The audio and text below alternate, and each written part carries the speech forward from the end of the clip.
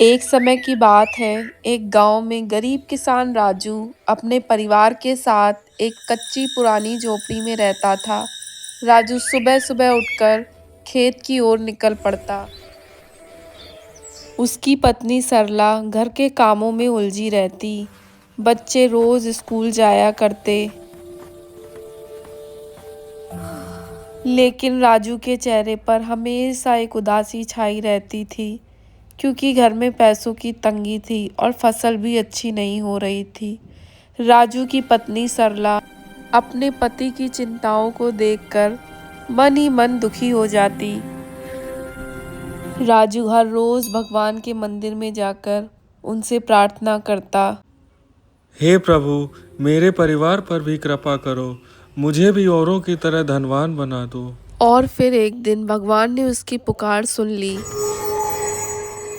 उस शाम जब राजू घर लौट रहा था तो उसे रास्ते में एक रहस्यमयी आदमी मिला। राजू, ये मुर्गी ले लो।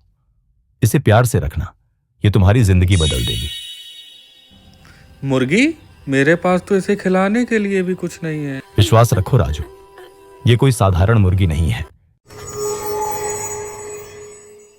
उस रहस्यमयी आदमी ने राजू को वो मुर्गी दी और राजू ने उसे गौर से देखा और मुर्गी को लेकर घर की ओर चल दिया।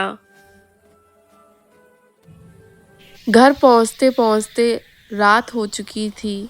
राजू जैसे ही घर पहुंचा, उसने अपनी पत्नी सरला और बच्चों को वह मुर्गी दिखाई।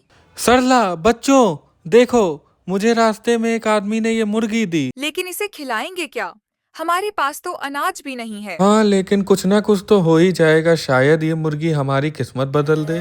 वाह बापू, कितनी प्यारी मुर्गी है। चलो इसका नाम रखते हैं। राजू के परिवार ने उस मुर्गी को चमेली नाम दिया। छोटू ने उसे थोड़ा सा चावल खिलाया और सब उसके साथ खेलने लगे। अगली सुबह जब राजू चमेली के बाड़े में उसे दाना चुगाने जाता है तो आश्चर्यचकित हो जाता है और जोर जोर से चिल्लाने लगता है। सरला सरला, बुआ जी, इतना क्यों चिल्ला रहे हो? ये सोने का अंडा है। चमेली ने तो कमाल कर दिया। अब हम भी सबकी तरह खुशी खुशी रहेंगे। अब हमें किसी तरह की कोई कमी नहीं होगी। वाह बापू, चमेली ने तो कमाल कर दिया। राजू के मन में अब खुशी की लहर जाग उठी थी। राजू का परिवार सोने का अंडा देखकर बहुत खुश था। जैसे ही दिन बीता और सुबह हुई, राजू सोने का अंडा लेकर बाजार की ओर चल दिया। राजू ने अंडे को सुनार की दुकान में बेचा और ढेर सारे पैसे कमाए और वापस घर की ओर चल दिया। राजू की खुशी का ठिकाना ही नहीं रहा। अब ये सिलसिला चलने लगा। चमेली रोज एक सोने का अंडा देती और राजू उसे बाजार में बेचकर अच्छे अच्छे कपड़े, खाना और ढेर सारा सोना खरीदता। और धीरे धीरे राजू के घर की स्थिति बदल गई। कुछ दिनों में राजू का घर चमकने लगा, नए कपड़े, अच्छा खाना। लेकिन राजू के मन में अब लालच जागने लगा था। ये मुर्गी रोज एक सोने का अंडा देती है। अगर मैं इसका पेट काट दूं तो इसके सारे सोने के अंडे मेरे होंगे और उनको बेचकर मैं बहुत ज़्यादा अमीर हो जाऊंगा। राजू का लालच अब हद पार कर रहा था। उसने मन ही मन मुर्गी को मारने का विचार बना लिया था। उस रात जब सब गहरी नींद में सो गए तो राजू चुपचाप उठकर चमेली के बाड़े की ओर गया और उसे पकड़कर एक कमरे की ओर ले गया।